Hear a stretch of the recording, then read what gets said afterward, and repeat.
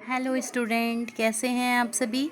तो कहते हैं ना स्टूडेंट, इस संसार में अनेक कलाएं हैं और इन कलाओं में सबसे अच्छी कला है दूसरे के हृदय को छू लेना, है ना। तो हमें ऐसा काम करना चाहिए कि जिससे हम सभी के हृदय को छू सके। तो चलिए गाइस, हम लोग आज का स्टडी स्टार्ट करते हैं।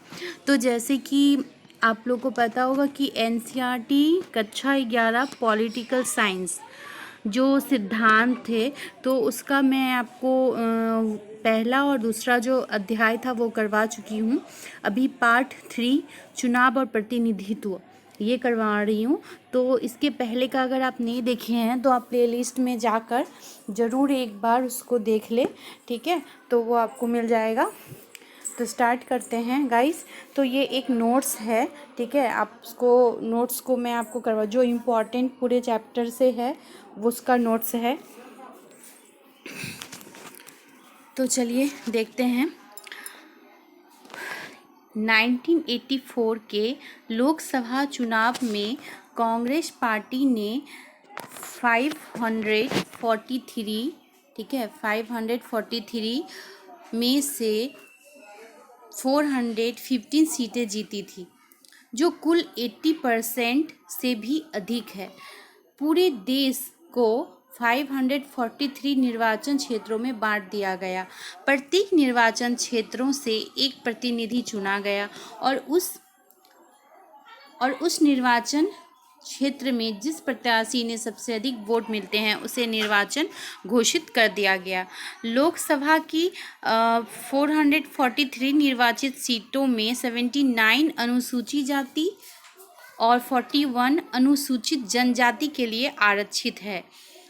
1989 तक 21 वर्ष से ऊपर के भारतीय नागरिकों को वयस्क भारतीय माना जाता था। 1989 में संविधान के एक संशोधन के द्वारा इसे घटाकर 18 वर्ष कर दिया गया। यानी अभी कितना है, तो 18 वर्ष है स्टूडेंट।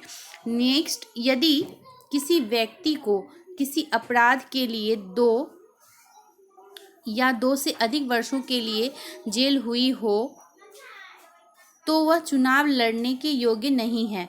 भारतीय संविधान का अनुच्छेद 324 निर्वाचनों के लिए मतदाता सूची तैयार कराने और चुनाव के संचालन का अधीक्षण, निरीक्षण और नियंत्रण का अधिकार एक स्वतंत्र निर्वाचन आयोग को देता है। 1993 में 2 निर्वाचन आयुक्तों की नियुक्ति हुई। निर्वाचन आयोग बहुसदस्यीय हो गया, तब से यह बहुसदस्यीय बना हुआ है। संविधान मुख्य निर्वाचन आयुक्त और निर्वाचन आयुक्तों के कार्यकाल की सुरक्षा देता है। उन्हें 6 वर्षों के लिए अथवा 65 वर्ष की आयु तक के लिए नियुक्त किया गया। भारत के संविधान के अनुच्छेद 324 के तहत भारत में शांतिपूर्ण और निष्पक्ष चुनाव संपन्न कराने के लिए एक चुनाव आयोग के गठन की व्यवस्था की गई। भारत के निर्वाचन आयोग की सहायता करने के लिए प्रत्येक राज्य में एक मुख्य निर्वाचन अधिकारी होता है। अब है अभ्यास प्रश्नावली। निम्नलिखित में कौन प्रत्यक्ष लोकतंत्र के सबसे नज़दीक बैठता है? परिवार की बैठक में होने वाली चर्चा, कक्षा संचालन का चुनाव, किसी राजनीतिक दल द्वारा अपने उम्मीदवार का चयन या मीडिया द्वारा कराए गए जनमत संग्रह।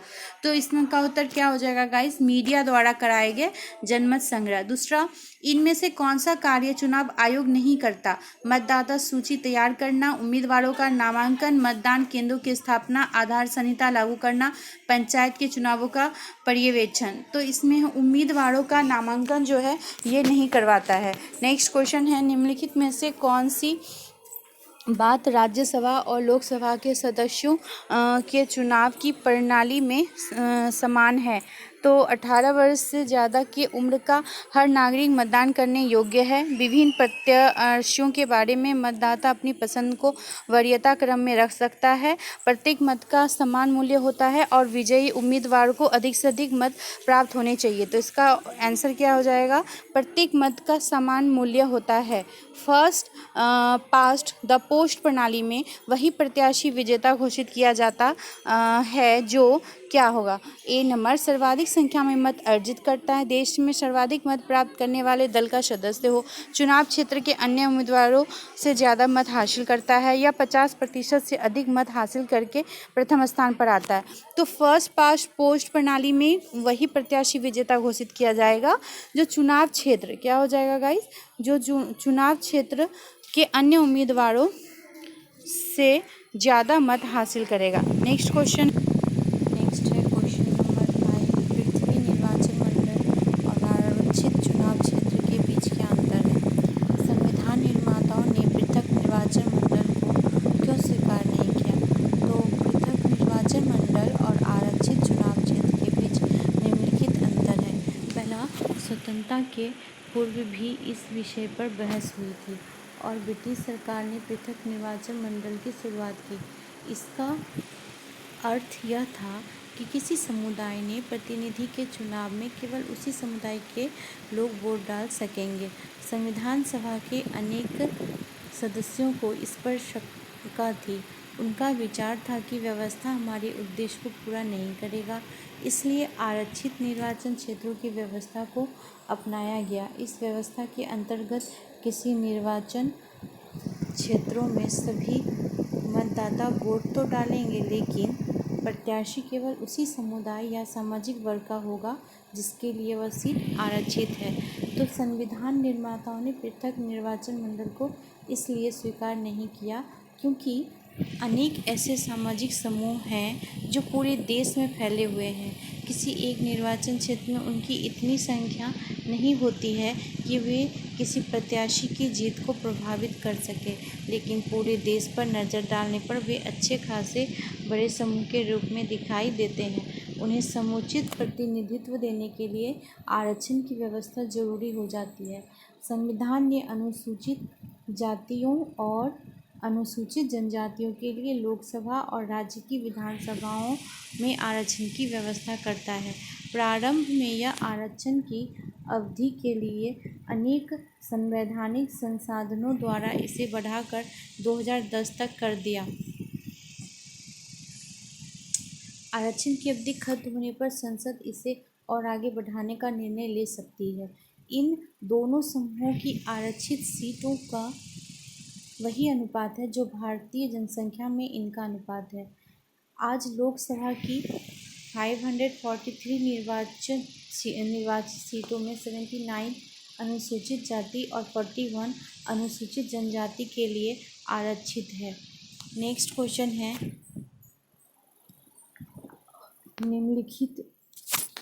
निम्नलिखित में कौन सा कथन गलत है? इसकी पहचान करें और किसी एक शब्द अथवा पद को बदलकर, जोड़कर अथवा नए क्रम में सजाकर इसे सही करें। देखिए जैसे दिया हुआ है, एक फर्स्ट पास्ट द पोस्ट प्रणाली, जो सबसे आगे वही जीते प्रणाली का पालन भारत के हर चुनाव में होता है। तो यह कथन गलत है क्योंकि PTP प्रणाली का प्रयोग हर समय नहीं होता। राष्ट्रपति, उपराष्ट्रपति और राज्यसभा के सदस्यों का चुनाव मत प्रणाली के द्वारा होता है। अन्य चुनावों में PTP प्रणाली का पालन होता है। चुनाव आयोग पंचायत और नगर पालिका के चुनावों का पर्यवेक्षण नहीं करता, ये बोल रहा है। तो ये कथन क्या है? सही है, क्योंकि चुनाव आयोग जो है वो पंचायत और नगर पालिका के चुनाव का पर्यवेक्षण नहीं करता। देखिए नेक्स्ट है, भारत का राष्ट्रपति किसी चुनाव आयुक्त को नहीं हटा सकता। बताइए जो ये क्वेश्चन है क्या सही है? तो ये कथन क्या है? गलत है। यह कथन क्या है? गलत है। क्यों गलत है बताइए?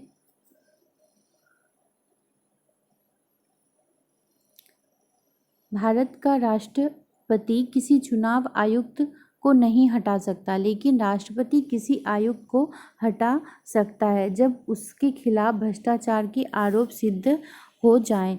नेक्स्ट है, तो चुनाव आयोग में एक से ज़्यादा चुनाव आयोग की नियुक्ति अनिवार्य है। तो ये कथन क्या है? सही है, चुनाव आयोग में एक से ज़्यादा है। भारत की चुनाव प्रणाली का लक्ष्य समाज के कमज़ोर तबके के नुमाइंदगी को सुनिश्चित करना है, लेकिन अभी हमारी विधायिका में महिला सदस्यों की संख्या 10% तक भी नहीं पहुंची। इस स्थिति में सुधार के लिए आप क्या सुझाव देंगे? तो हम क्या सुझाव देंगे? एक नए लोगों की इच्छाओं को अधिक प्रभावी रूप से व्यक्त करने के लिए फटापो मत प्रणाली सबसे अधिक उपयुक्त होगी, क्योंकि इसमें नागरिकों को प्रतिनिधियों का सीधा संपर्क रहता है तथा नागरिक अपनी प्रतिनिधि को सीधे से जिम्मेदार ठहराकर उन्हें अलग चुनाव में सत्ता से हटा सकते हैं। प्रथम रूप में इस प्रणाली में नागरिकों को अपनी पसंद का उम्मीदवार चुनने का मौका मिलता है। नेक्स्ट है, हमारे देश में भाषाई रूप से अल्पसंख्यक छोटे छोटे समुदाय और देश भर में फैले हैं। हमें इनकी ठीक ठीक नुमाइंदगी को सुनिश्चित करना चाहिए। तो क्या होगा? सभी अल्पसंख्यकों को उनकी संख्या के आधार पर उनकी अनुपात में उचित प्रतिनिधित्व देने के लिए अनुपातिक मत प्रणाली का कोई तरीका प्रयोग करना चाहिए, जिससे सभी अल्पसंख्यकों को उचित प्रतिनिधित्व मिल सके। भारत में अनेक धार्मिक, जातीय, भाषाई और सांस्कृतिक अल्पसंख्यक पाए जाते हैं, जिससे उचित प्रतिनिधित्व के लिए अनुपातिक मत प्रणाली अधिक उपयुक्त है। अब नेक्स्ट क्वेश्चन क्या है student? First past the post system क्या है? तो देखिए ये क्या सिस्टम है, ये समझना हम लोग के लिए ज़रूरी है। तो चुनाव व्यवस्था में जिस प्रत्याशी को अन्य सभी प्रत्याशियों ने अधिक वोट मिल जाता है, उसे ही निर्वाचित घोषित कर दिया जाता है। विजयी प्रत्याशी के लिए यह जरूरी नहीं कि उसे कुल मतों का बहुमत मिले। इस विधि में जो सबसे आगे वही जीते। प्रणाली first past the post system कहलाता है, यानी जो सबसे आगे वही जीतेगा, वही है ये प्रणाली। तो अनुपातिक, नेक्स्ट क्वेश्चन है, अनुपातिक प्रतिनिधि से क्या अभिप्राय है? प्रत्येक पार्टी चुनावों के पहले अपने प्रत्याशियों की एक प्राथमिकता सूची जारी कर देती है और अपने उतने ही प्रत्याशियों को उस प्राथमिकता सूची से चुन लेती है जितने सीटों का कोटा उसे दिया जाता है। चुनावों की इस व्यवस्था को समानुपातिक प्रतिनिधित्व प्रणाली कहते हैं। इस प्रणाली में किसी पार्टी को उतनी ही प्रतिशत सीटें मिलती हैं जितनी प्रतिशत उसे वोट मिलते हैं। नेक्स्ट है, समानुपातिक प्रतिनिधित्व दो प्रकार के होते हैं। कुछ देशों जैसे इजराइल,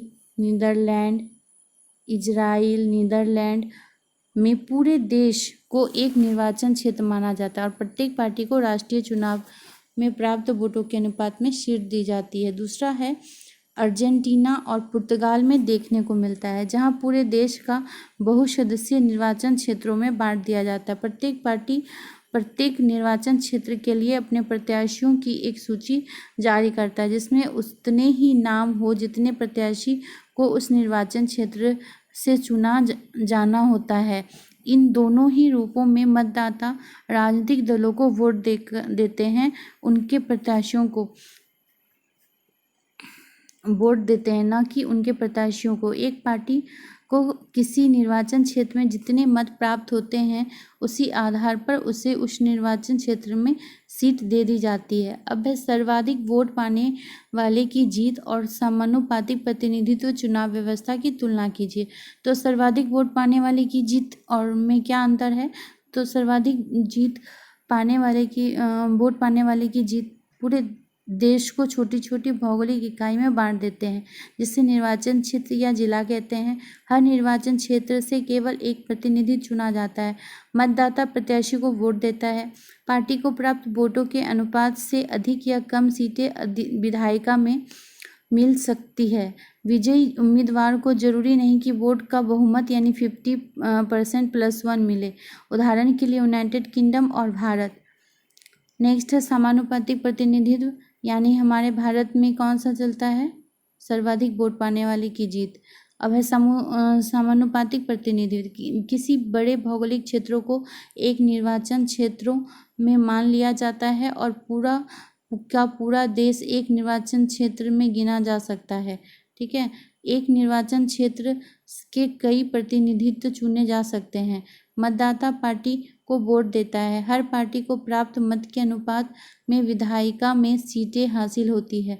विजयी उम्मीदवार को वोटों का बहुमत हासिल होता है। उदाहरण के लिए इजराइल और नीदरलैंड यानी जो सार्वभौमिक यानी समानुपातिक प्रतिनिधित्व का उदाहरण होगा इजराइल और नीदरलैंड, और जो एक सर्वाधिक वोट पाने वाले की जीत का क्या होगा, यूनाइटेड किंगडम और भारत। सर्वाधिक वयस्क मताधिकार से क्या अभिप्राय है?